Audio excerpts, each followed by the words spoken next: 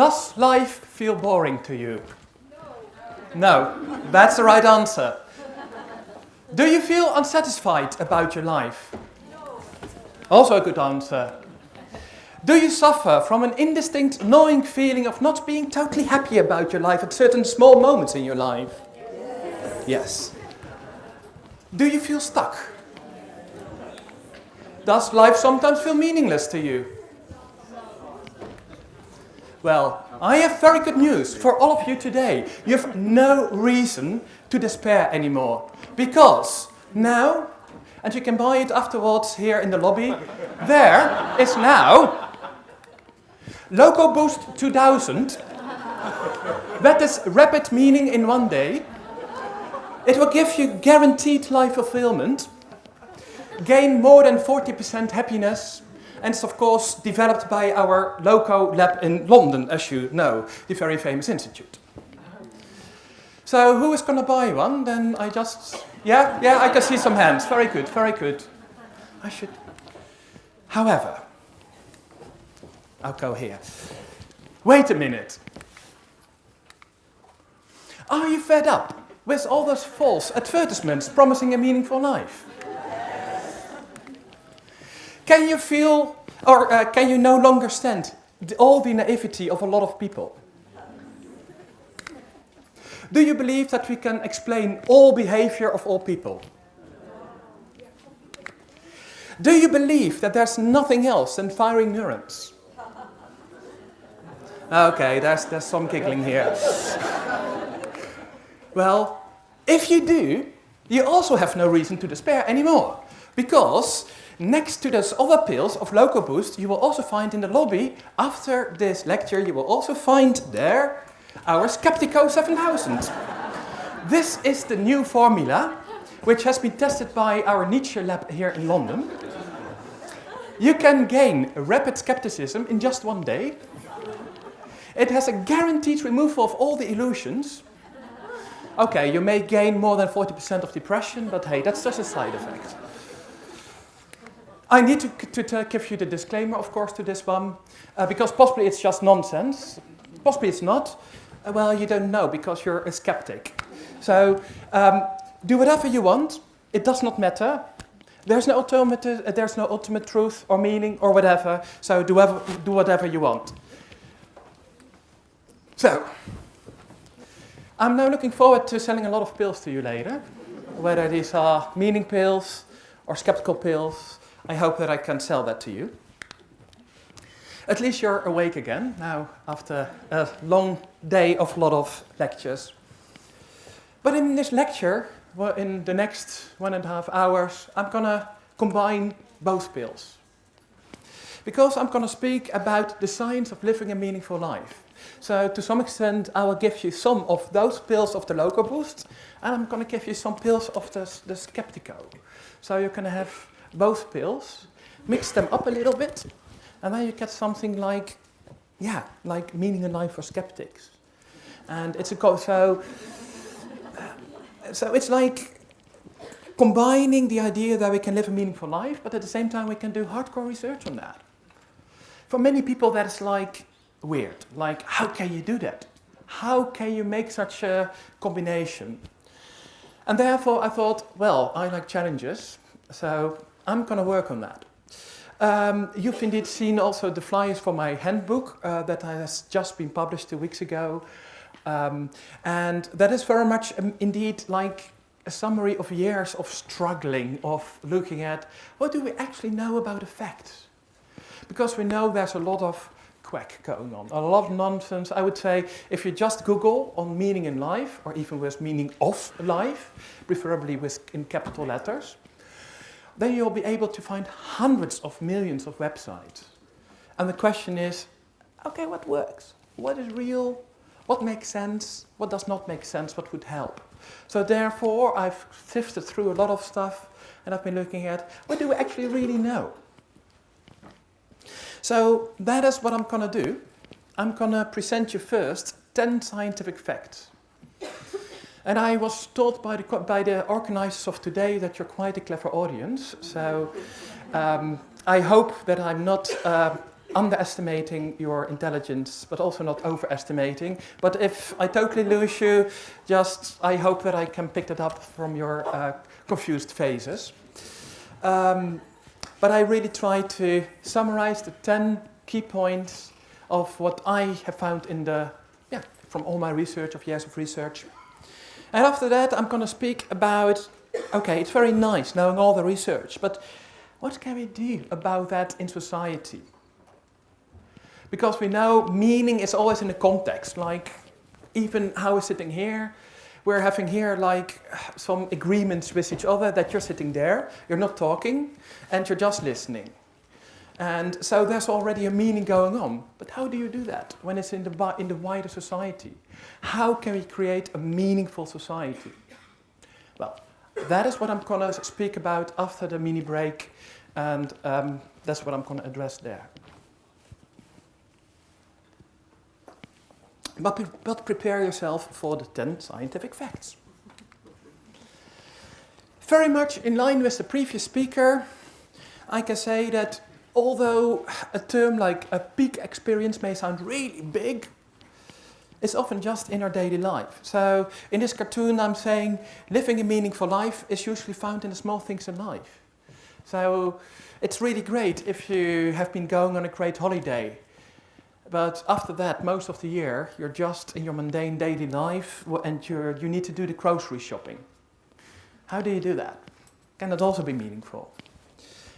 Yes, so that is also one of the things that I really, in line with the previous speaker, will really focus on. Is like we can find meaning everywhere, in almost every situation. But it's very much about a mindset. So this is often like a table that I use with a lot of my clients, and that summarizes like a lot of the myths that we have about meaning. So I thought let's just start with this. So, when we speak about meaning is not necessarily one big ultimate meaning of life in capital letters. Because there are many different ways how we can experience meaning. And it's not only for spiritual or religious people, because everyone lives a meaningful life. And the thing is like the fact that you are here now and you're not outside, I was going to say in the sun, but now it's the rain. But you've already made a decision, so apparently you already know for yourself what's meaningful to you. And being here is more meaningful. So, and you don't need to be religious or spiritual for knowing what's more meaningful or less meaningful. Just feel that, intuit it. And it's also not like totally stuck. Like it can change over your lifetime. Like often the goals we had as a child, they look very ridiculous now, I would say. But that's maturing, that is developing. It's also unique for you. So no one else can take it over from you. No, you cannot say, okay, you decide what the meaning of my life is. Well, possibly you can. And some of the parents, they try to put their meaning onto their children. But in reality, the children still need to own that experience. They still need to make it theirs. So meaning is very much about taking responsibility, listening to yourself, listening to your own experiences, but also actually it's very much like an intuition. And that's also why I like the previous session about Jung, which is very much about using your intuition. And that's what all the scientific research is also saying. It's not about all those big theories or all those big books. It's in the first place experiencing and living our lives. And while we're living our lives, feeling, connecting with ourselves and feeling, okay, it feels more meaningful to be here in this room than being outside and go shopping, or that's more meaningful. And listen to that. So meaning you cannot merely find in books and by thinking. I would say in the first place you find that by intuition, exploring your inner life. And how do we know all those things? So I was asked to really kind of focus on the science of meaning. So this is one of the ways how a lot of scientists, they base all their conclusions on, but often by using a lot of questionnaires and developing questionnaires. And by the way, a lot of the slides are actually also quite literally also from my book. So Yeah, I'm seeing people making pictures, etc. So, and you can actually also find a lot on the companion website, but feel free to make pictures. So, by questionnaires, that's a way how we have, like, in a quite reliable way, can say, yes, this seems to work, more or less. And of course, it's not an absolute truth, like questionnaires are just questionnaires, but they seem to validate all those ideas we have about meaning. Yes, the experience of meaning is real. And it's primarily a perception, it's an experience.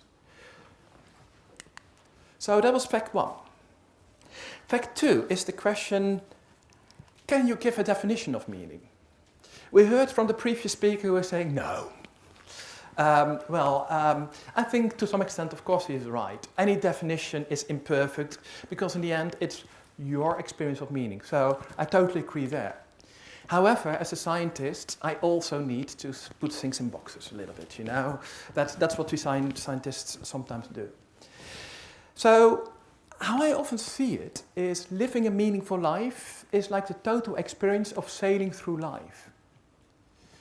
Because some authors, some people, they focus on goals in life or a purpose. So that's like a lighthouse. And I'm saying, well, life is more than going towards that one particular goal, that one particular direction. There's more than that.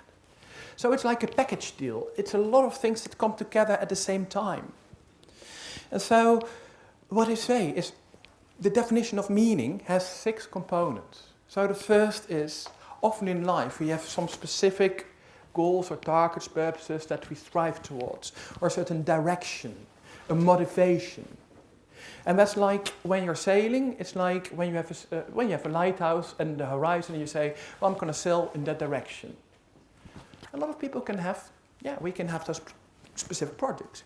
However, we can change that. I mean, the lighthouses we had as a kid are not the same as the lighthouses we have now. Our aims in life now are different. Also, sailing is more than only having goals in life. It's also about following your values.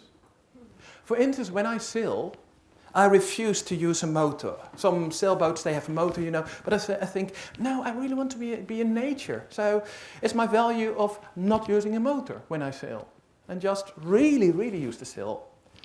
So that's also in life. It's follow your values, know your values. And that's also often about knowing your position. So being able to know, okay, this is where I am in my surroundings. So also knowing our place in the world, knowing I live here, I'm here now in the UK, and this and that is going on. This is my socio-economic context. These are my parents, etc. And I am in that context. In that context, I'm experiencing meaning.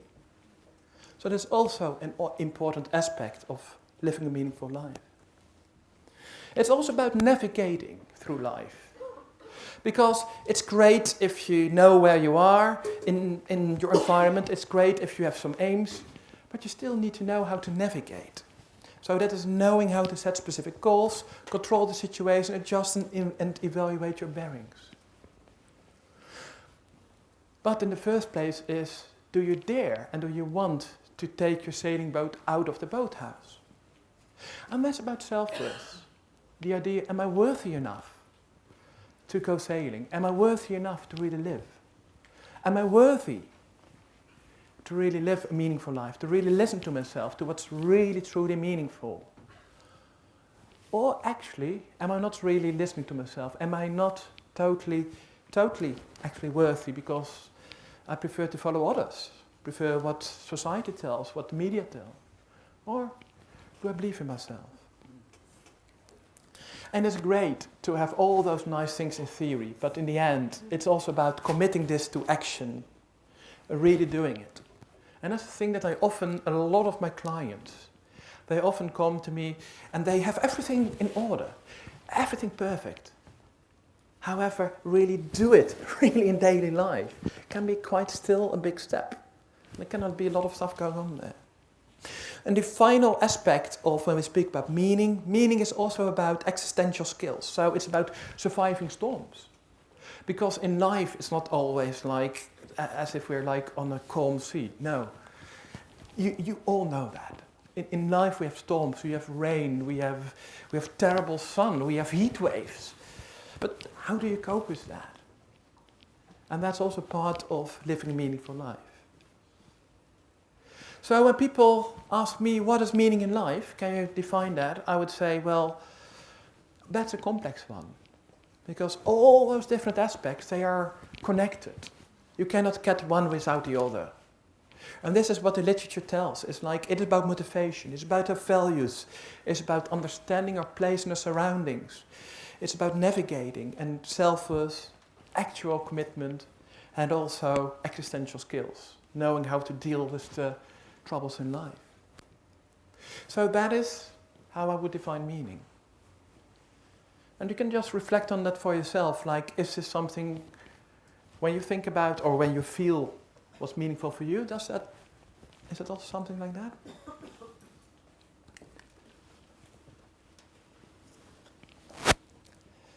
So, the thing is, this is just only a very formal definition of meaning. But I already mentioned, meaning is unique. Every one of you have your own way of living a meaningful life. However, when I look in this room, and I would start speaking with every one of you, I would have some long sessions with you, I would start to see some trends, but differences, but also some trends. Like, some people will find more meaning, for instance, in the family. Others will find more meaning in their job. Others in etc. So what I did, I became really curious. So I looked up all the studies that have ever been done worldwide, in which people were asked, what is meaningful for you? What's important or valuable for you in life? I found 109 studies in 45,000 people worldwide, from all continents. And every time, again and again, I saw the same pattern. So what I dare to say is that I'm going to show you now 5 categories of meaning, or as I say in this picture, these are 5 streams of meaning, 5 waterfalls of meaning that we can tap into. I've seen these in all continents in the world. Now this seems to be how people experience meaning in life. So the first type of meanings that a lot of people experience are about materialistic and hedonistic meanings.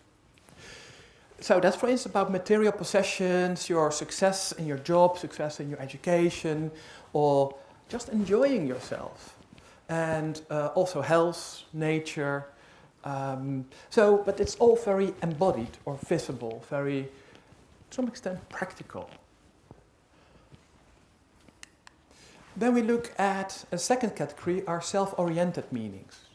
Self-oriented meanings are very much about a self.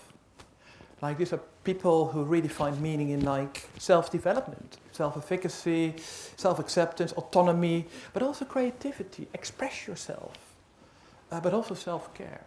So this is all about the activities we do in life that we find important because they're about us. And then there are the social meanings.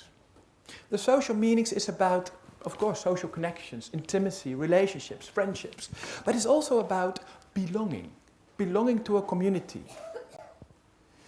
And it's also about altruism, and altruism means really contributing to the well-being of others, even though that may take some effort from yourself. And also about taking care of others. And also larger meanings. And larger meanings are about specific higher purposes that you can have in life.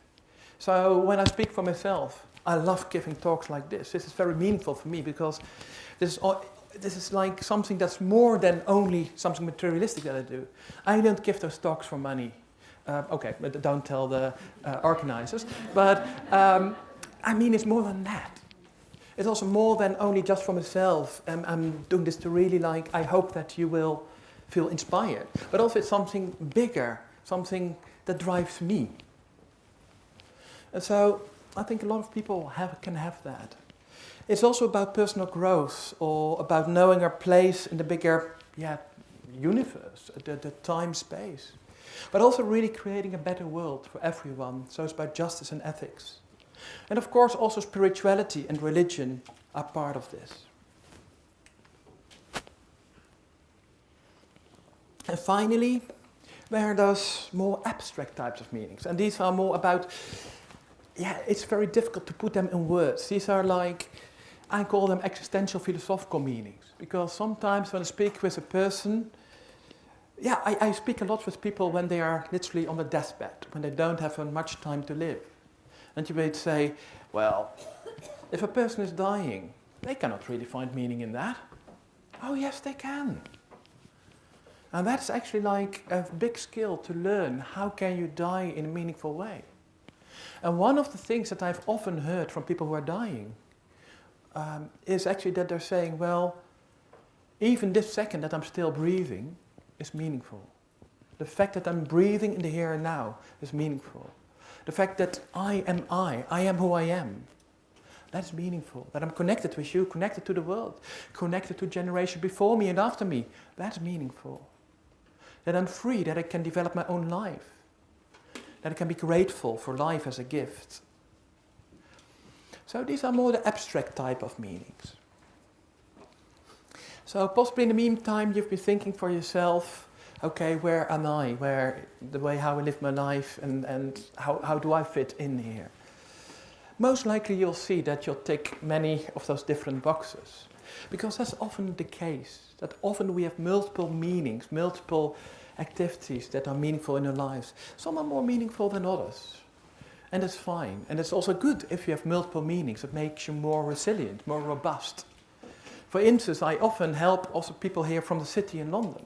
And often they focus so much only on the materialistic or hedonistic meanings. And then there's a financial crisis. And their full life was about being a banker, and then they lose their job. And then they become, then they feel life is meaningless, and they become suicidal. So what I would really say is, and what I do is, or how I help people, is to say, well, look around in your life. What else is meaningful? Because you always will find there are always other things that are meaningful as well. And what I also know from the big study, and there's 45,000 people worldwide, what I do know is that people who focus only on materialistic meanings, self-oriented meanings, their well-being is not as good as people who focus on social meanings or the larger meanings. So, as a psychologist, I would say, for your mental health, please focus more on the social meanings and the larger types of meanings. And it's even associated with better physical well-being, like blood pressure, tumor growth, a lot of those things. All the research on that influence from living a meaningful life on the biological aspects is still in its infancy, but we're really getting there. This is another very important thing, is the idea that meaninglessness is not the opposite of meaningfulness. That took myself also quite a long time, because often the idea is, either life is totally meaningless or it's totally meaningful. No, often both at the same time. So, in this picture, this little bit bloody picture, apologies, living a meaningful life is experiencing meaning without an instruction manual given at birth. It would have been so great, well, possibly not, but at least it would have been easy if at my birth, I would have been coming out of my mother with a manual that's telling, okay, this is how you should live your life. To some extent, that could have been quite easy. I personally think life would not have been as fulfilling as it is now, because that instruction manual was not there. So, what life is about is actually living a meaningful life without that instruction manual given at birth. So there are many big terms, and apologies for the full slide, but these are all different types of meaninglessness that people said in the literature. And what we know is that those experiences can go hand in hand. So even I think that the previous speaker, when he's speaking about Camus, I have a slightly different reading on Camus. Because when Camus was saying, well, in life, there's no really pre-given meaning, and there's a lot of effort. Often we're stuck in patterns, like Sisyphus rolling that stone up the hill, and when we're almost at the top of the hill, it comes back again. Well, still, Sisyphus was living a meaningful life. Because the thing is, like, even in the routine, the habits, he may have started to develop, like, an inner sense of meaning. Like, or he could have started to connect with the birds around him. He could have connected with, he may have started to appreciate the texture of the stone, etc. So it's not only doom and gloom. But at the same time, he's still rolling the stone, and that is quite a nasty situation, yes. But it's both at the same time. And that is the art of living, is being able to bear both at the same time. Being able to live a meaningful life, well, at the same time, knowing that there's not absolute certainty in our life. That instruction manual was not given at our birth. Also, we have limited options in our life. Like, for instance, I cannot fly. I don't have wings on my back, you know. I have to deal with that limitation. And still, though, I can fly. Okay, I go into an aircraft that others have built. So it's very much about that. So in this graph, you can see actually like there are two axes. I'm a visual person, a little bit statistical, but on the x-axis, so on the horizontal one, you can see actually like people actually not focusing on meaninglessness at all, and on the right, people who focus on that. And also on the top, people who focus on meaning, on the bottom, people who focus not at meaning. And when you really look at when you try to really put different therapies in it, and different types of people, they have a different point, and we can discuss. I mean, this is just my intuitive way of positioning them. Like, for instance, I've put Jung there, but after the previous presentation, possibly I would put him a bit more up there, where he's also integrating both the meaningfulness and the meaninglessness. But what I'm saying here, what I'm trying to say is like a lot of therapies are already looking at that combination, are addressing both meaning, how can I live a meaningful life, in a context where there's also a lot of meaninglessness and problems with meaning and limitations. And this is like a development that we've seen in the last 10 years, 10, 20 years, from people like Paul Wong and Itai Ifsan, who speak about positive psychology 2.0 or positive existential psychology. They use many different terms, but there's now more and more research out there that's saying, well, we need that combination. The combination, that duality of saying, well, meaninglessness is not necessarily the opposite of meaningfulness. So with my clients, I often stay with them with the sense of meaninglessness, and I say, well, don't put that aside, because it's part of your lived reality. It's there. But despite of that, you will be able to live a meaningful life. Like often I work with cancer patients, and often in society there's the myth, or almost the archetype, of the cancer patient who is a fighter, like a hero. You see that often in a lot of those commercials, you know. And I think, sorry, but if you have cancer, in the first place, you don't feel like a hero. You feel bad. You're exhausted. However, that's not the final answer. That's what I'm telling my clients. I tell, well, of course, cancer is terrible, but I will be able to help you to live a meaningful and satisfying life despite of those limitations. But not by denying the reality. Like a lot of those commercials are saying, well, if you have cancer, if you have COPD, if you have a heart attack, a stroke, you must be strong. Not necessarily. But it's not at the same time the final answer. So what I'm saying is like, try to combine the meaninglessness and the meaningfulness at the same time. And we know a lot of research how people are able to do that, and that people really benefit from that.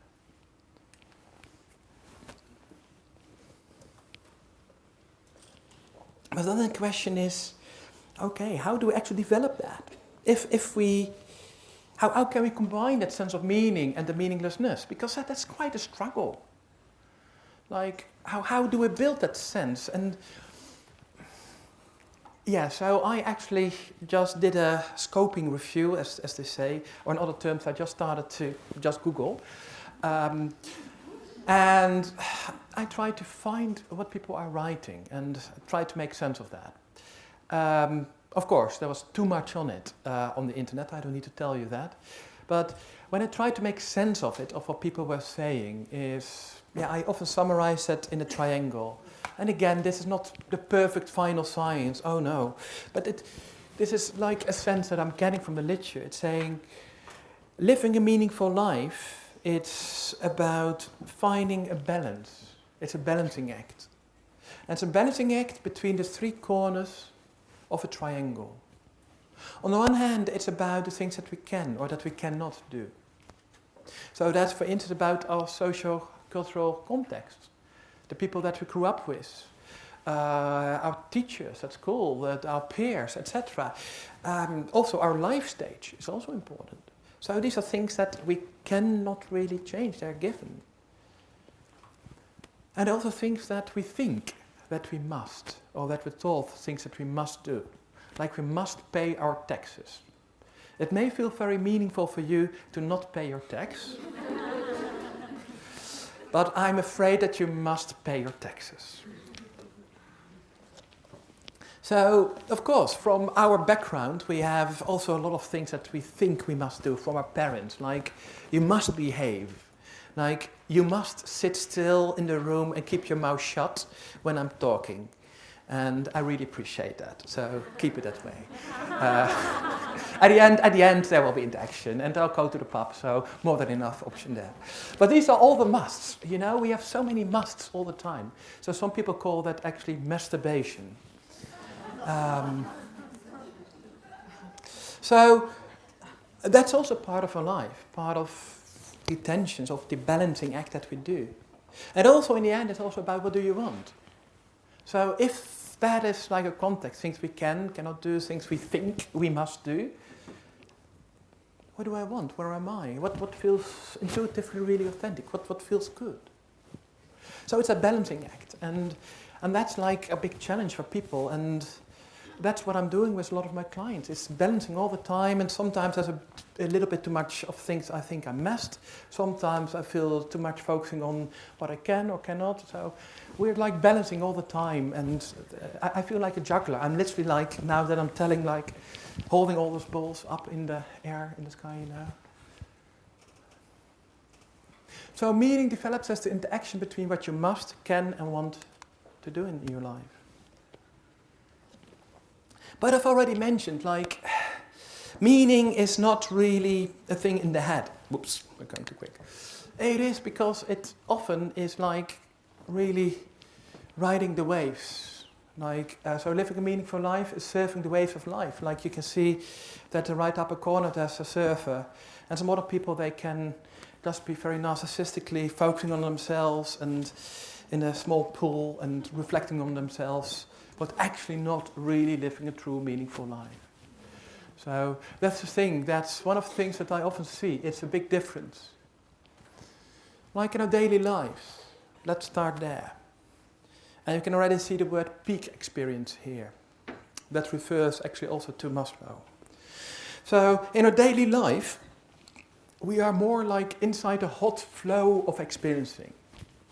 Or I hope that you are. When life is good, when like some basic conditions are fulfilled, we are like inside a flow. So Michel Csikszentmihalyi has also written a book about that. That is called flow.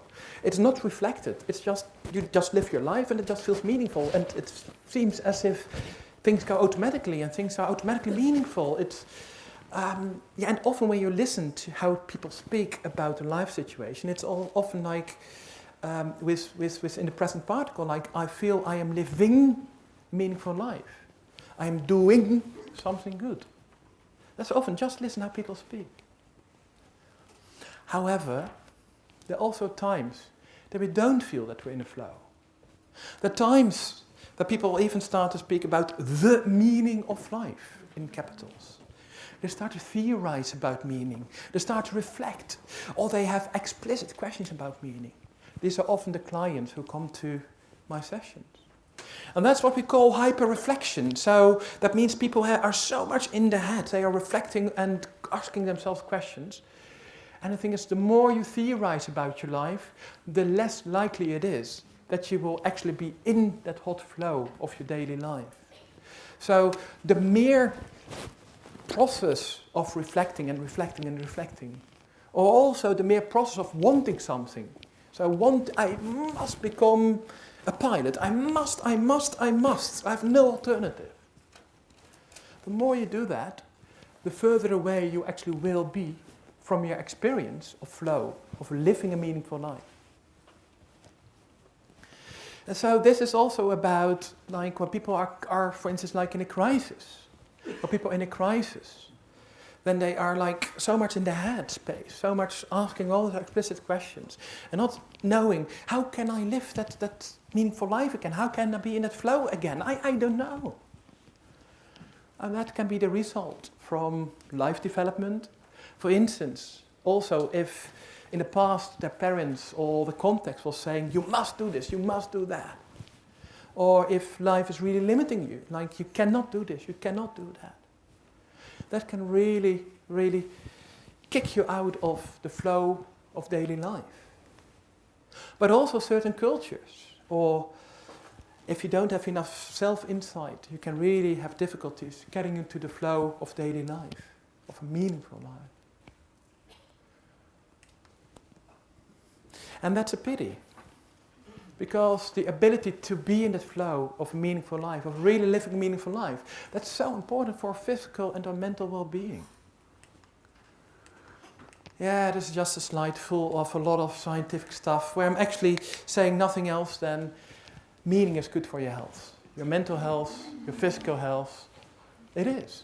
And we know that from a lot of studies. I can cite you hundreds or thousands of studies, but it is really important. So, therefore, often when people have problems living a meaningful life, subsequently they start to become depressed, anxious, psychotic, etc.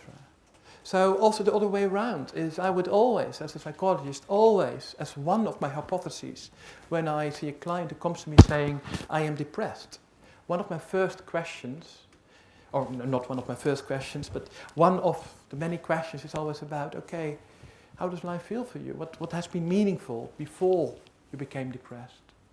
What's going on there? And I'm not saying that all psychological problems are about problems with meaning. Oh, absolutely not. That will be totally reductionistic. So I'm always really clear about making that distinction. There are people where actually the psychological problems lie in something else, but there can be some people, particularly people in life crisis, people at transition points in their lives and boundary situations in their life, physically ill people, people who have immigrated, people who have graduated, people who are retiring. So people at all those crossing points in their life. When you then start to have some mental health problems, then it's always one of my hypotheses that I like to check. Is there something about, what's meaningful for you? Are you able to live that meaningful life you want? And let's speak then a little bit about mental hair care. Oh, sorry, I mean mental health care. Apologies. So, this is an overview of 38 or 30 schools that explicitly give attention to meaning. You don't need to read it, it's too small, I know. But this is just showing that there are many different schools, psychotherapeutic schools or coaching schools, or different coaching forms that give attention to meaning. And I would say every good therapist or coach or person working with people with meaning should help people to live a more meaningful life. Otherwise you're a very bad practitioner, I would say. So I see it more like as a continuum. Like there are some therapists who give relatively little systematic and explicit attention to meaning, and there are those practitioners who give a lot of systematic and explicit attention to meaning. So and I'm trying to be really, really on that side, obviously, of the systematic and explicit attention to meaning. But for instance, behavior therapists, traditionally, they would not give so much attention to that. Although I've recently been in some debates in some journals, and a lot of behaviorists are now also going more towards, yes, we do need attention for this. It does matter. So, yeah, all good therapists, they have in common that they help people to live a meaningful life. Yeah. So, and I'm absolutely not expecting you to understand this table or this graph, of course not. This is just one of the examples of a complex model of actually physical disease. This is what happens like when you, for instance, are confronted with a physical disease which is chronic or life-threatening. And this is about the psychological impact. So what I did is I looked at all the big medical models or the psychological models about medical diseases. So how do people cope with it psychologically? How can you cope with problems? And just forget what it's actually saying. The only thing is you see is there's this gray area, the gray box, and that is saying the central clinical problem is how can I live a meaningful and satisfying life despite the physical, psychological and existential limitations of my disease. This is what we're seeing in more and more research, that a lot of psychological coping with physical disease, but also with other life transitions or life boundaries, is actually about a question. And that's again about the duality, about a balancing act between, like on the one hand there's the disease, not denying that, it's reality, there's a lot of meaninglessness in it. My cancer has no meaning, for instance, I hear people say. But despite of that, I can live a meaningful life. So that seems to be the essence of a lot of the latest trends in research. Another example is I've been looking particularly at cardiovascular disease recently. And what I discovered is, again, you can see here in the center of my model, again, there's meaning. But what I've discovered is that the relationship between the likelihood that you can get cardiovascular disease or cardiovascular disease again, actually it's more important to live a meaningful life than taking statins. The pharmaceutical industry likes to tell us, yes, take statins, and a lot of their research seems to be quite solid, and I would say, I'm not saying don't take them, I'm not saying that. Please follow your doctor's orders. But at the same time, we do know that they have some effect on the likelihood and on the recovery from cardiovascular disease. However, living a meaningful life is much stronger. So I hope that in like 10, 20, 30 years' time, that when you go to the doctor says, well, it seems that you may have some cardiovascular problems. And I prescribe you some statins, and next to that, I prescribe you a meaningful life. I really hope that will happen.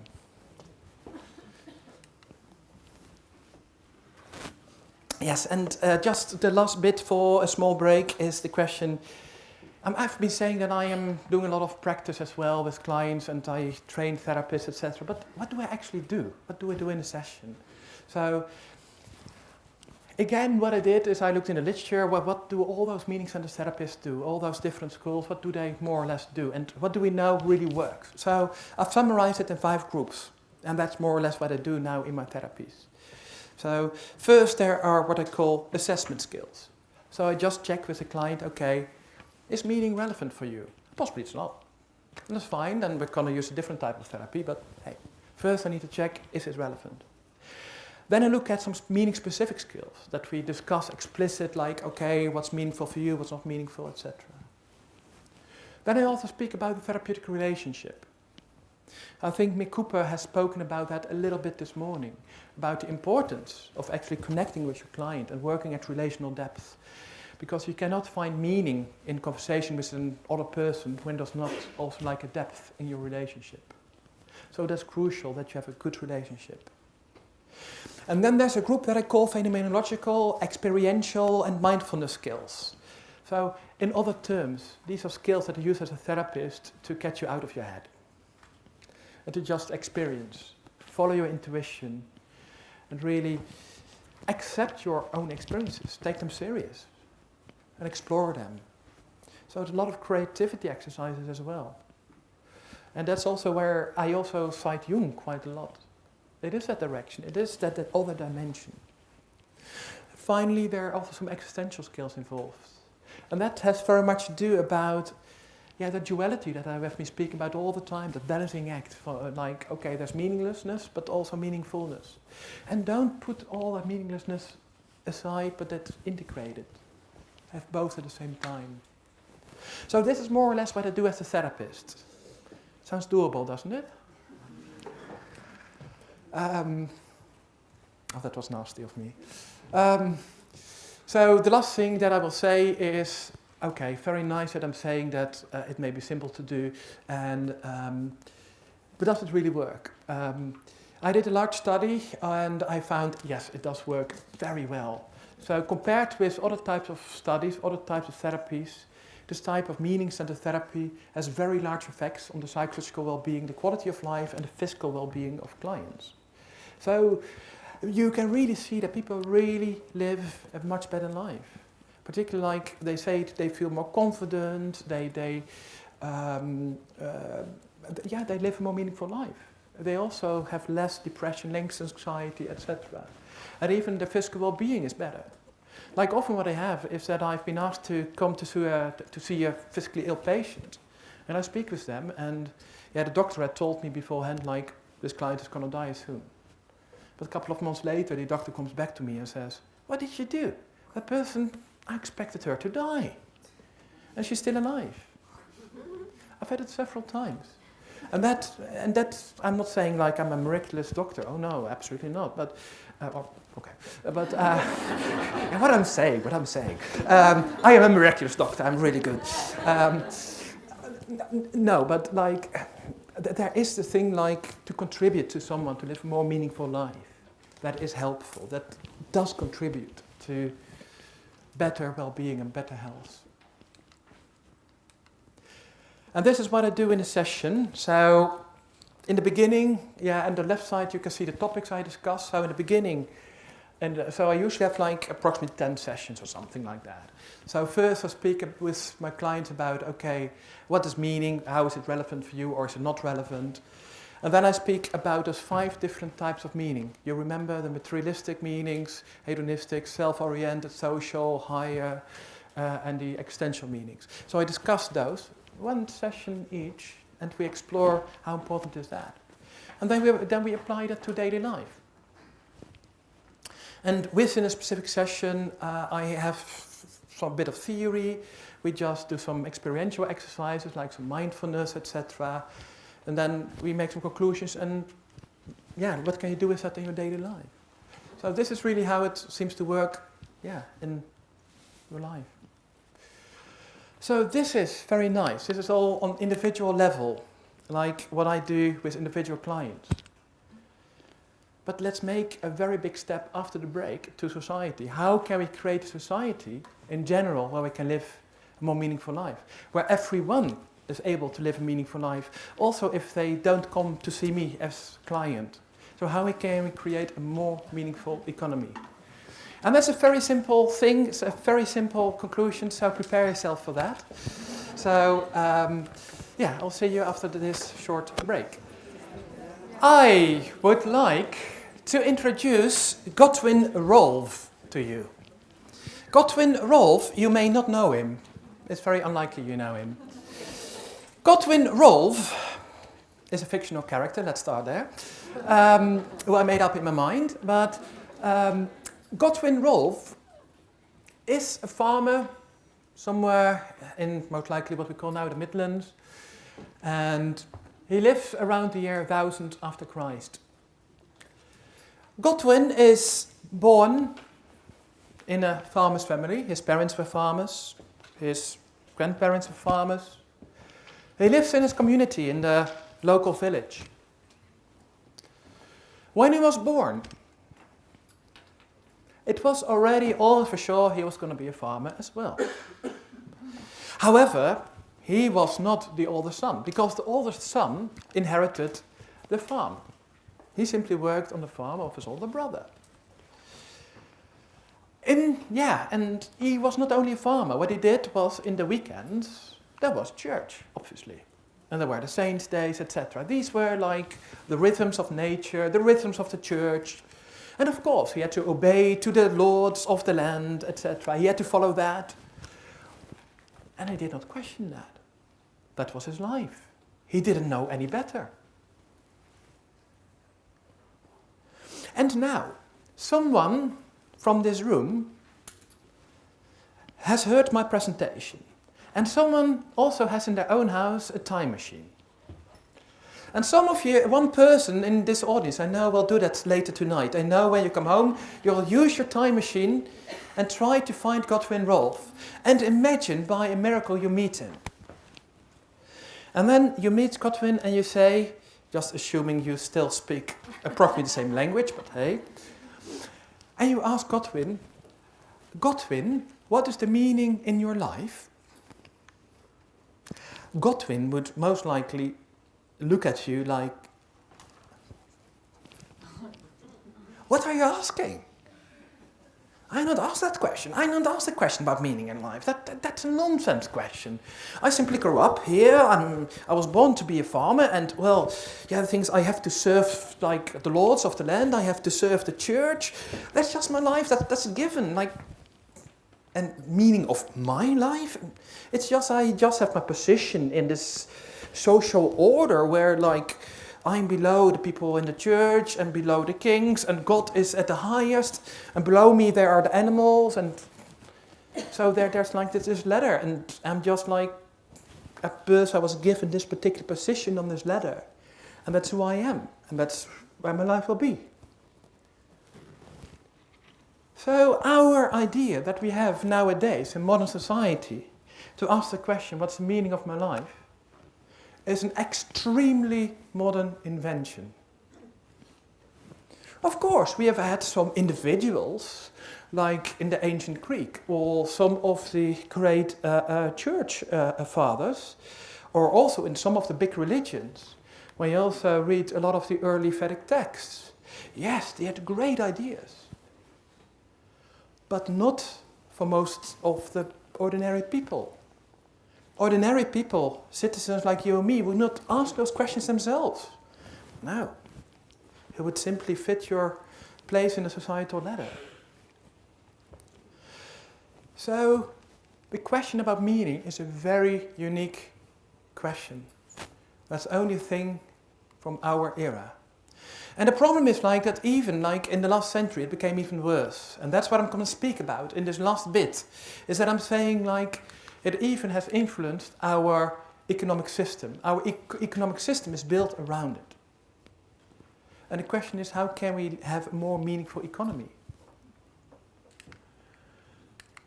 So let's start here. I've already told this a little bit to you. Like that I was saying now, Godwin Rolf and his family, they lived on this ladder. Like the idea that like God is here at the top, there are the clergy, there are the kings, etc. And the farmers, they serve them, etc. So, and that's simply how you were, that was given. Like your personal meaning was about the same as a social meaning, that was given. That was also same as like, yeah, that's also like my afterlife, it's also going there. That's just doing my role. Like also what Jesus was also speaking about is about, yeah, all the different parts of the body have their own function in the totality. So this idea was most likely quite dominant in European countries, Western countries until the Middle Ages. But then, what happened in the 15th and 16th century is that ladder started to tumble down. Because people started to think, well, why should I accept this position on this ladder? Why should I accept that there's a pre-given ladder at my birth? It's almost like that instruction manual given at my birth. No, that's nonsense. No one can tell me like that I need to fulfill this role as a farmer, because I would like to become a fireman, and I will do that. And yeah, no one can tell me that it's otherwise, because those ladders are just social constructs. Like it's just a stupid idea that we as a society have created, that kings are better than laymen, or clergy is better. Why? So that is what happened in like 15th, 16th century. And the alternative metaphor, the alternative for the ladder is flat earth. So the idea is even now, like nowadays, like just follow or just do what you like. Make it very simple. But also the idea like meaning, well, it's really great, like all those ideas that we speak about meaning and fulfilling our position, etc. But in the end, that's all socially determined. Like that's already like determined by my parents, but also genetically or biologically. It's just neurons, you know. And so people became very skeptical. People became very skeptical about, is meaning really like, do we really know that?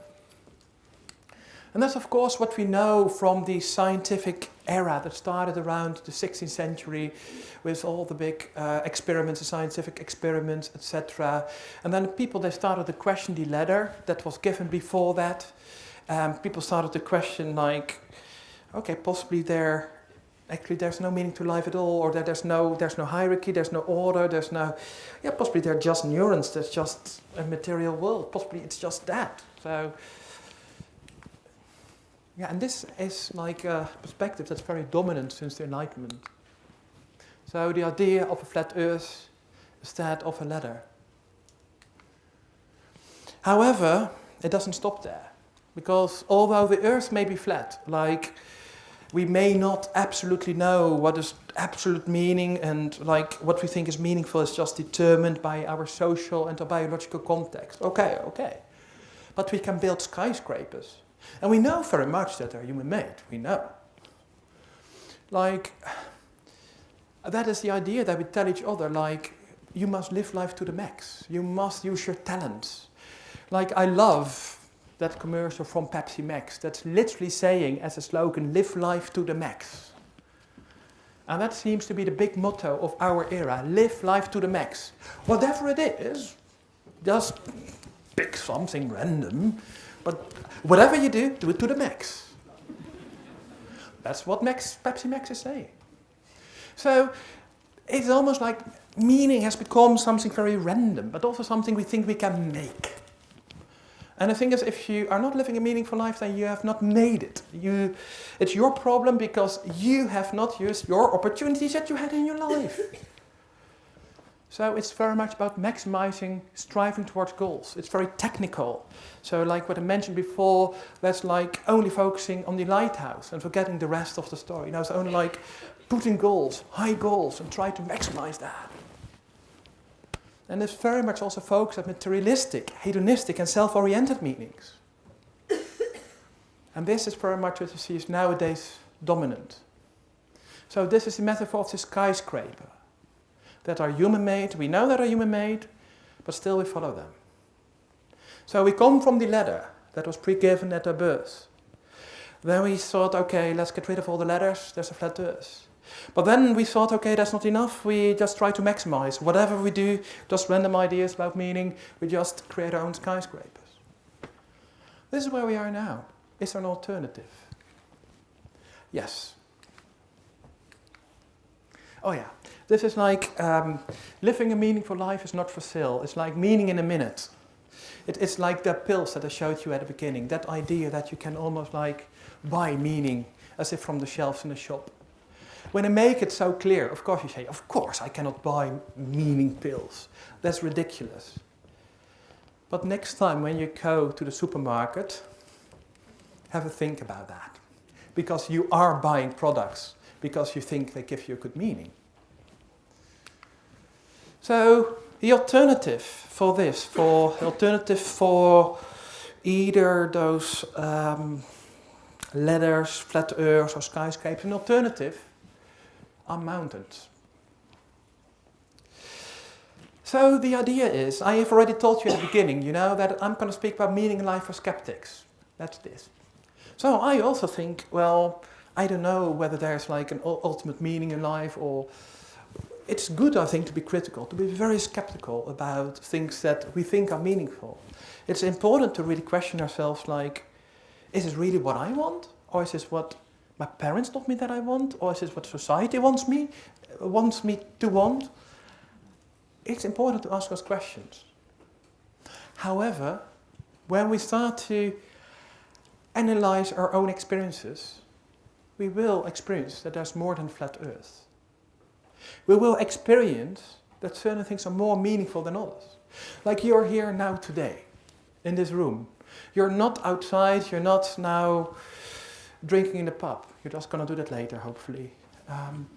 But so that means like this experience is for you more meaningful, or at least was in your decision-making process felt more meaningful to come here. But how do you know that? How do you know that this may be more meaningful? There's something inside you that you go inside yourself, most likely intuitively, most likely not very theoretical. It's just, you just know, like, yeah, just like that. I just feels okay to go here to a day about meaning. Just intuitively, just want that. It's precisely. But that means that there's a difference than only flat Earth. Like, in your experience, in your lived experience, there are differences. There are differences between meaningful and less meaningful experiences. So, what I often say is that's like mountains. It's like having a personal meaning is, you feel like there's a hierarchy. So certain things are more meaningful than others. And that you also really do that in your life. Well, at the same time, also staying very critical about it. Because I'm not saying just follow what your intuition is saying. Oh no. Always combine that again with the inner skeptic. So that is what I call, or not what I call, what others call phenomenology. Phenomenology is about intuitively differentiating what is authentic from less authentic. So I often compare that with unpeeling. So living a meaningful life is unpeeling your feelings until you find your heart. So it is like continuously that you ask yourself, okay, is this really meaningful? Is this not meaningful? Where does this meaning come from? Is this just society that wants me to do this? Is that continuous unpeeling until you reach some deeper levels? And then you can ask the question like, after all that unpeeling, is there something left? Is there like an absolute truth, an absolute meaning? I don't know. I'm not God, so I don't know what's absolutely true or not. I don't know. But what I do know is that people can go through this process, that people can unpeel their feelings. People can say, this feels more meaningful than that. I know, I've seen that. And the fact that you're here in this room shows that you're able to make those decisions for yourself. This is more meaningful in my life to do than other things. So this is the combination, and what I'm saying in many, many different words, is that I'm saying, well, we live now in an era where we can actually combine listening to ourselves, listening to our own intuition, that sense where we can have a sense of what's meaningful, what's less meaningful, and combining that with a self-critical unpeeling. So this is meaning in life for skeptics. This is where we can combine both. Use your skepticism and use your sense of what's meaningful. So, in summary, like I've been telling a lot about modern Western history, that I was saying, well, when Godwin Rolf, he had the idea that he was born on a certain position in the social, divine, cosmic ladder. And then we started to doubt, is there actually such a ladder? And is there possibly nothing else than, mere material world and genetics, etc.? And then I said, well, in the 20th century, people started to create skyscrapers. People started to, wanting to maximize whatever you do, whatever you feel, just make it as big as possible. And then I'm saying, well, we can mix both. We can say both, let's listen to yourself, what's meaningful to you, and being critical. Combine both, you can. And I have to say that recently I've started to go back to some older religions. And it's really interesting that you, particularly in a lot of Eastern religions, you can see a lot of stuff like this, where they're already speaking about it. And now the question is like, okay, this is like quite abstract story about the history, the modern history of meaning, but what does it mean here and now in our economy? In literally when you go to the shops, what does this mean? I've started to observe something that I call the capitalist life syndrome.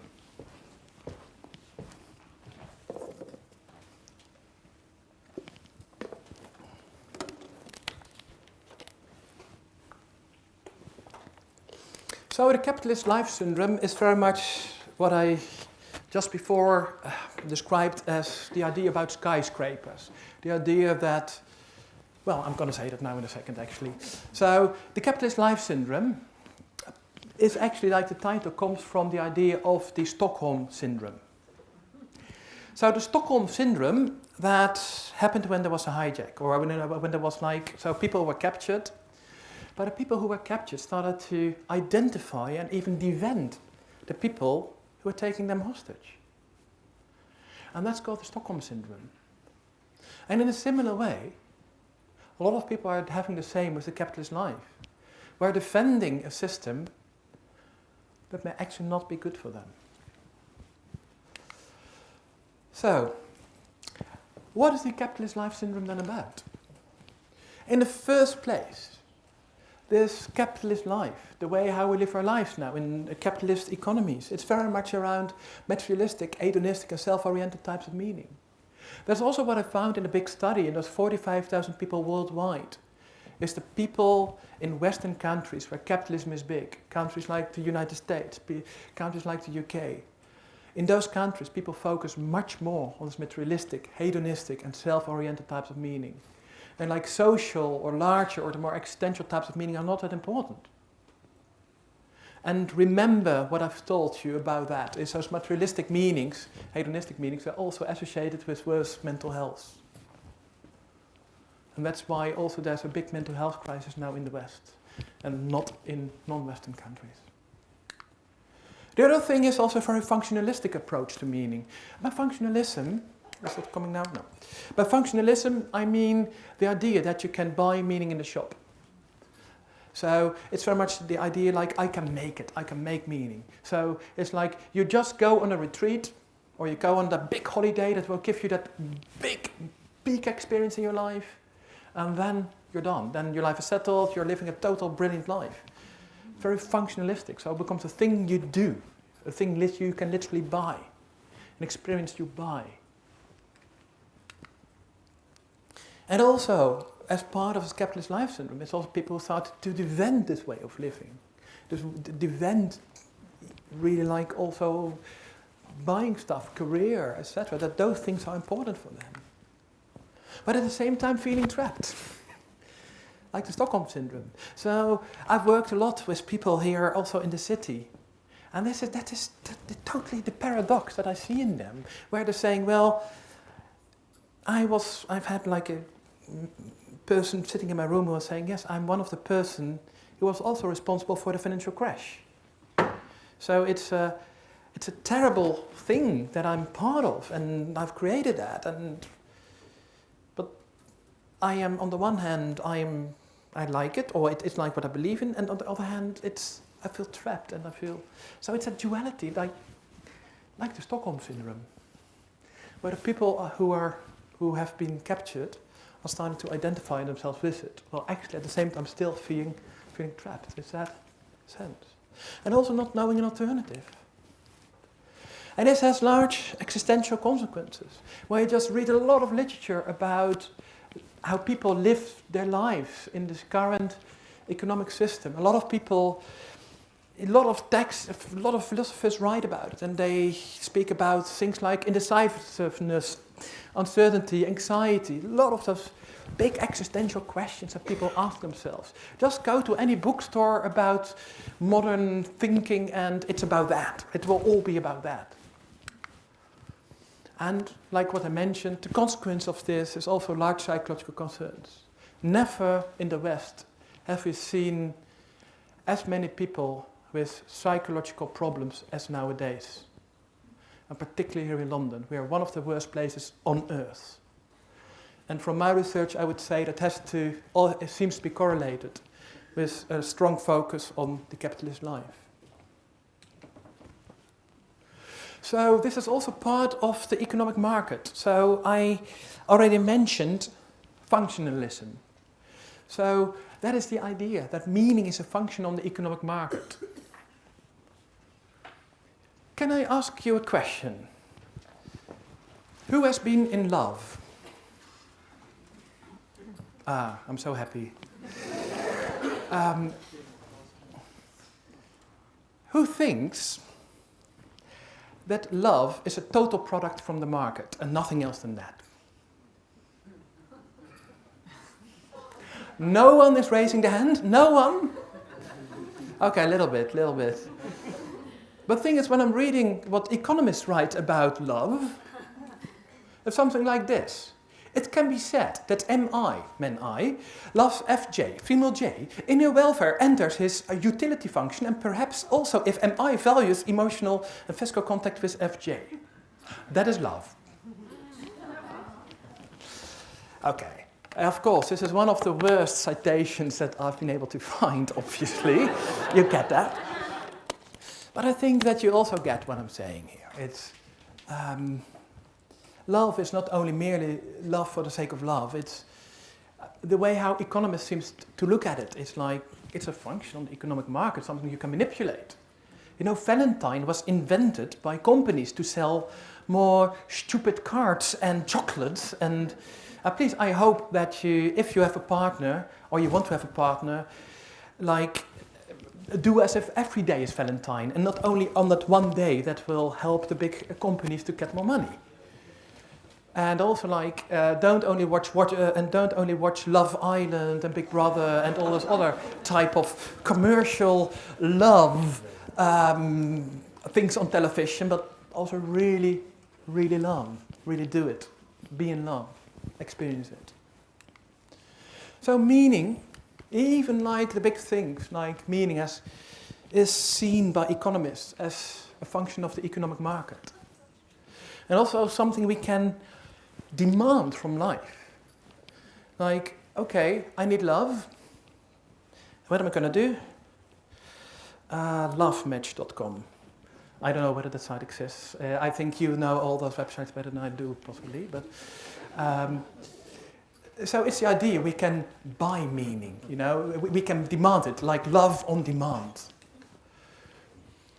And so, also our ideas about like the capitalist system is very much based on the idea like, okay, let's make sure people can do that. Okay, let's not oppress people. Indeed, all those musts, get rid of that. But the people are free to really, go on the internet and find your partner. Yes, let's create that opportunity. So that's a nice function. That sounds very liberal. Sounds great. Sounds very human. However, that's not necessarily the same as a positive freedom, because that's a negative freedom. It's a freedom from oppression, which is brilliant. We need everyone on earth deserves that, in my personal, humble opinion. However, there's also the thing about, do you also have the opportunities? Do you have the skills? Do you have the money? Do you have the money to actually get access to the internet? And to really buy actually an account where you can find the love of your life. Like the big meaning in your life, to find that big love of your life, you need to have money to go online. So it all starts with money, not love. So what you see is, in this functionalistic context, our relationships become, as they call that, commodification. One of those left terms, the big terms, is, in other terms, it becomes something of the market. The idea that, like, it's not about love, it's about relationships as part of the market, part of the system, but also in your work, like our work context. Like, for Godwin Rolf, the people around him were just people around him. They were his family, but also the co-workers, but nowadays it's all separated. Like, it becomes bureaucratic. We become disconnected from truly meaningful relationships, possibly. However, living a meaningful life is more than climbing that stair of success, that idea of maximizing our life, of maximizing whatever we do, of maximizing that function. It's more than that. Like, the idea is like, okay, you can find a partner online, and if this partner doesn't work, use another one, and then use another one. Almost boasting about the number of people who you've had. But in the end, you only need to have one partner in your full life. And it's also about being realistic. Instead of saying live life to the max, also being realistic. And it's also not imprisoning yourself by what others like. What we too often do in the system is like going on almost like on holiday, or going to those parties to show off on Facebook. Not things we may do deliberately, but implicitly. So, a lot of those economists, those theorists, they say, well, the economic system is value-free. It's merely an economic market where people can give their products and sell the product, nothing else. It's totally neutral. It's not about living a meaningful life. It's just a free place. No, nothing else than that. That's the illusion we're being given about the market. Let's go to Adam Smith. Okay, I'm not going to do this full citation. This is a story about the invisible hand. Possibly you've heard about that. So, Adam Smith is like the godfather of capitalism, and a lot of the neoliberals have totally twisted him, etc. But all of them go back to Adam Smith and some of the other economists from his time. And he was saying that the economy is based on self-oriented meanings, and materialistic meanings. Because he was saying, it is not from the benevolence of the butcher, the brewer or the baker that we expect our dinner, but from their regard to their own interest. So he's saying only due to our selfish interest in getting money, only for that reason does the economy, flourish. Because the thing is like, okay, a person starts a bakery, starts to bake bread, and that will benefit for the economy. And that's just for money. That is what literally Adam Smith was saying. And the current system is very much based on this idea that the economy thrives thanks to people focusing on money. So Adam Smith and also a lot of the other economic authors, they focus a lot on bakers as an example. It happens that I am from a family of bakers. This is tarvo. The vo is like from a last name Vos, and tar is tarwe, that is something like grain in Dutch. So, and as you can see, here it's saying uw bakker, uw dokter. So that means your bakery, your doctor. And this is not only a detail, but quite crucial. Because what my great-grandfather, Marius Vos, what he discovered in, I think it was 1870, 1880, he discovered that a lot of people fall ill due to the bread. It was not because my family are very bad bakers. Absolutely not. But everyone fell ill at the time. Because the grain, you cannot store them for a long time. What my grandfather invented is actually a way to store grains, to make the bread, etc., in a way that it would not rotten, particularly in wintertime. He started to build factories and to standardize the product and the quality. And that is also why people started to eat bread, which did not make them ill. So I started to look around speak around with a lot of family members and relatives. Why did he start to invent that product? Did he think, okay, I'm gonna create a new type of bread that's gonna give us shitloads of money? Oh, sorry. No. He started with that. Like, I was speaking with my uncle just a couple of weeks ago, and he was saying, his childhood memories from him were, he was just a creative mind. He just always had to invent something. He always needed to be creative. So, the economy was supported, was improved, not out of a self-interest, but out of his creativity, because he could not sit still. He was that type of person. So there's a totally different type of meaning. And so, when we look back, these are the 5 different types of meaning. So my grandfather, of course, he hoped that he could sell some bread. In the end, he was not a very successful salesman. His sons, my grandfather, were a bit better, but yeah. There was, of course, a thing about he really liked the self-expression, the creativity, that was part of it. But also, he really, really wanted to help people.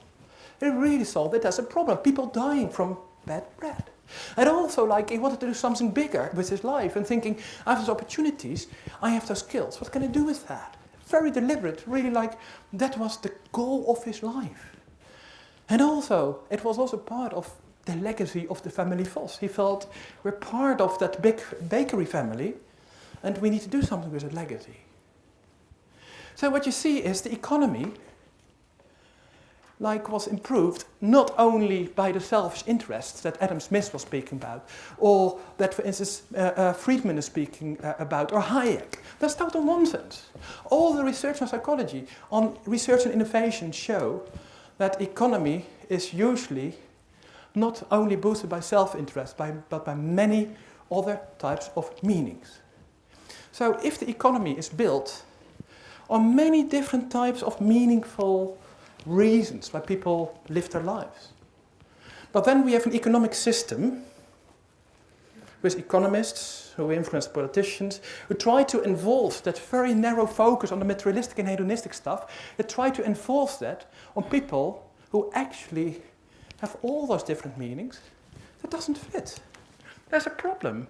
Because in our daily life, we love for the sake of love.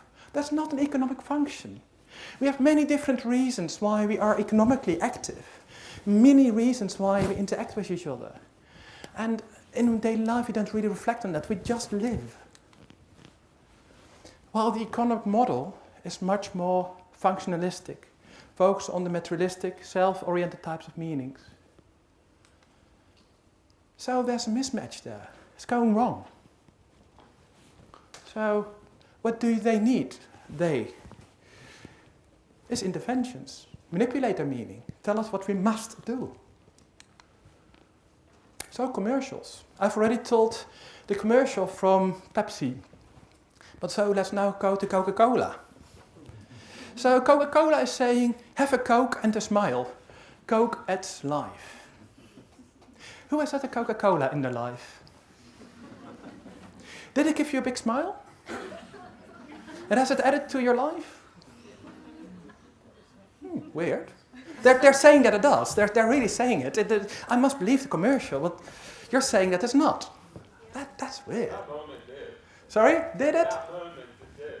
Okay, for a moment, precisely. For a moment it may do. For a moment I think, And you can also have that with Pepsi and with all the other brands before they start to accuse me of preferring one brand. No, but what you get it, what I'm saying here, is they manipulate us. The thing is, Coke is just a very brief taste in the tongue and in the mouth, and after that it's gone. And after like half an hour you have a very big sugar dip. It was different at a time when they had real Coke in it, cocaine I think, but hey, that's another story. Panasonic, ideas for life. That's great, I would like to have some more ideas for life. I'm going to buy a Panasonic. Or Google, don't be evil. I was just planning to be really evil today. But yeah, Google was saying I'm not going to do that.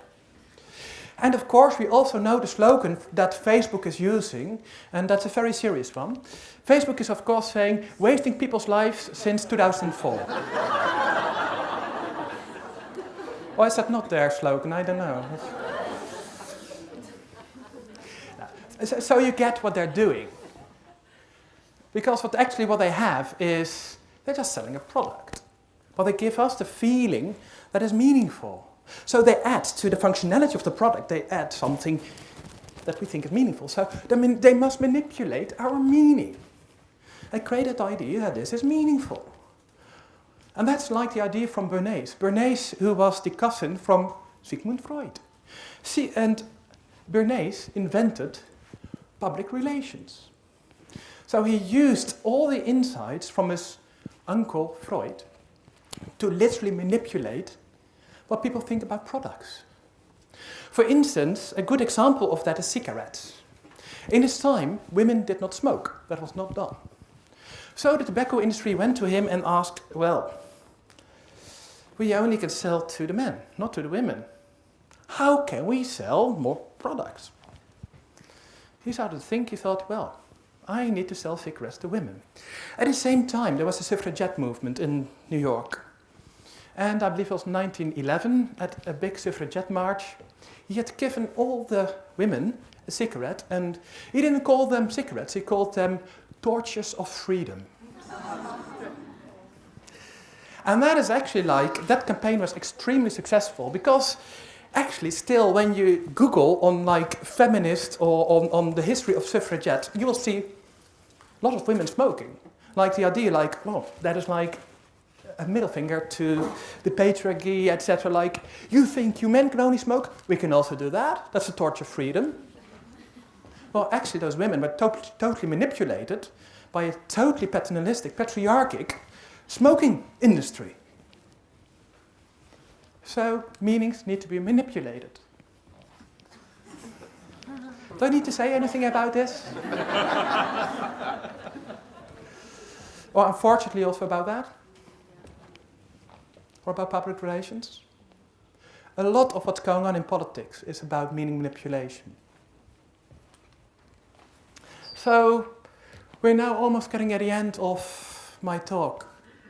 And now the question is like, I've been telling you, well, we're here now in this very unique historical time and this unique place where we can ask the question about meaning.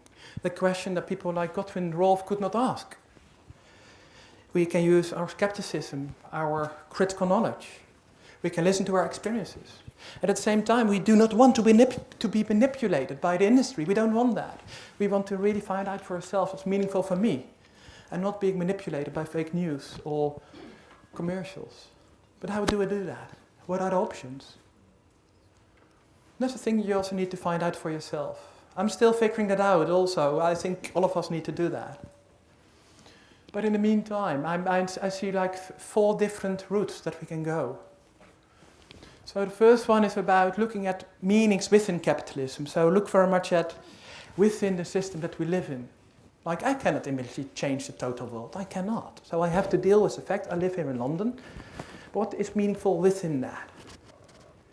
So as you can see, I'm punk. I'm pretending not with my suit, etc. But the thing is, I'm very much part of the punk culture. But I'm still part here, like I'm talking to you in a more or less formal context. So I'm like doing something meaningful still in a type of context.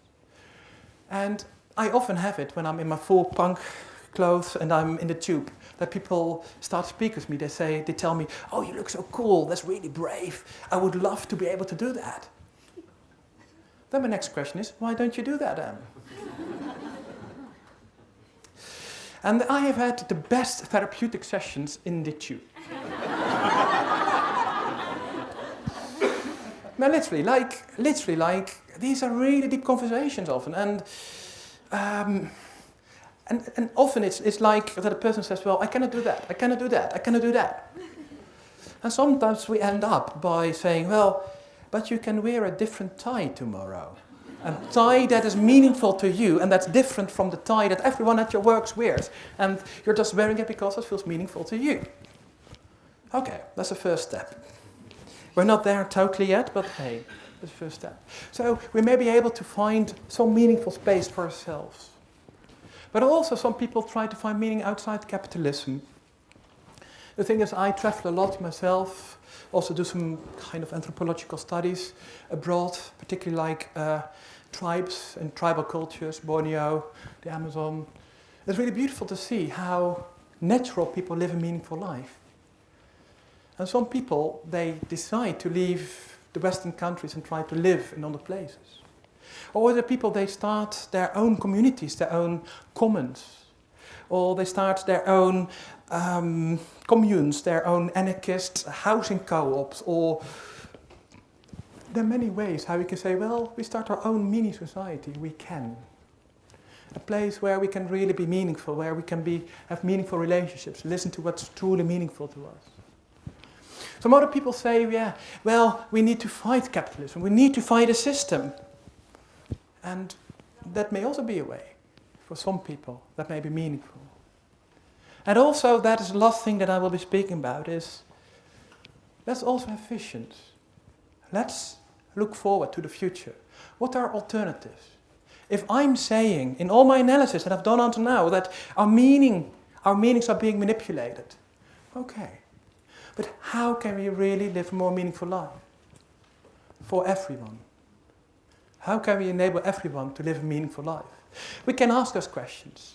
The next slide is going to be very ideological, very political, and undoubtedly some people in the audience will think, or even, but hey, we need to start somewhere, the conversation. So hey, that's my start.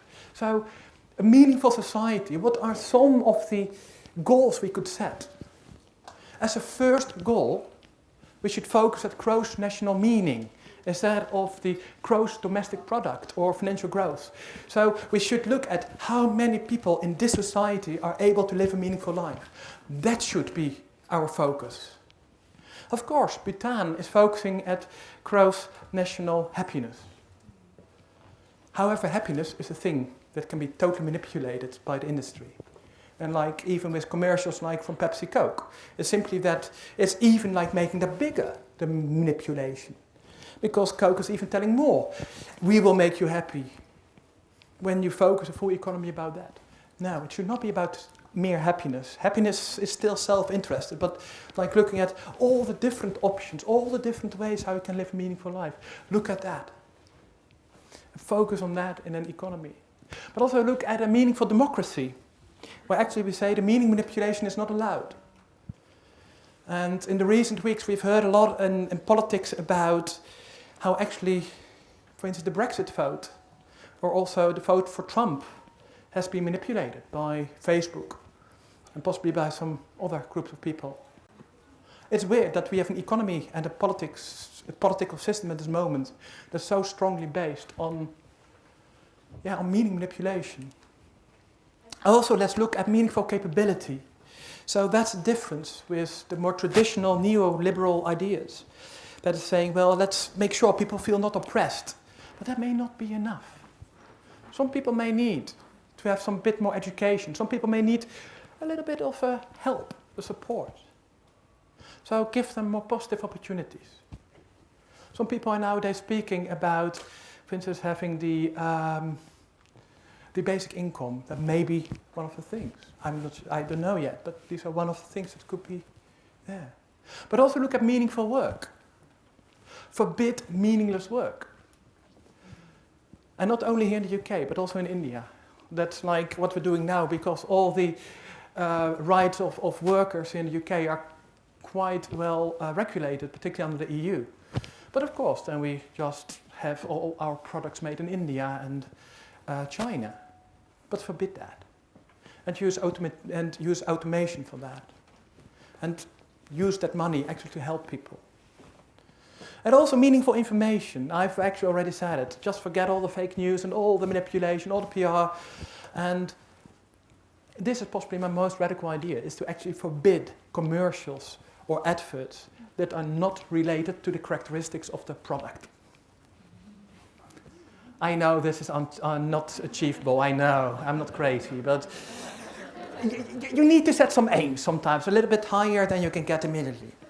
But also look at meaningful consumption, so no meaningless products or services merely to just make money. And also look at meaningful mental health. It's like, how can people really have a good mental health? By the ability of living a meaningful life. And it's more than only like, preventing depression, or it's really creating a good life for people. It's more than only this, it's doing it together. And finally, it's also about a meaningful education. Learn how to live a meaningful life from young age onward. That is really crucial. So these are my very ideological ideas. And later I hope to see some of you in the pub, and after a couple of beers or other drinks, often you get more good ideas. So I'm very happy to hear about that. No, but this is very much what I've wanted to tell you, and it has been a big honor for me to really be speaking here with you. And like what I mentioned, this is for me like a big meaning in my life, working on meaning and educating people on that. So I'm doing much more on that. This is my half minute of doing my PR. These are my torches of freedom, trying to get all of you come to this conference that I'm organizing next year in here, actually, with some beautiful speakers and like a book, etc., and my meaningful stuff. Anyhow, this is my PR bit, so thank you very much.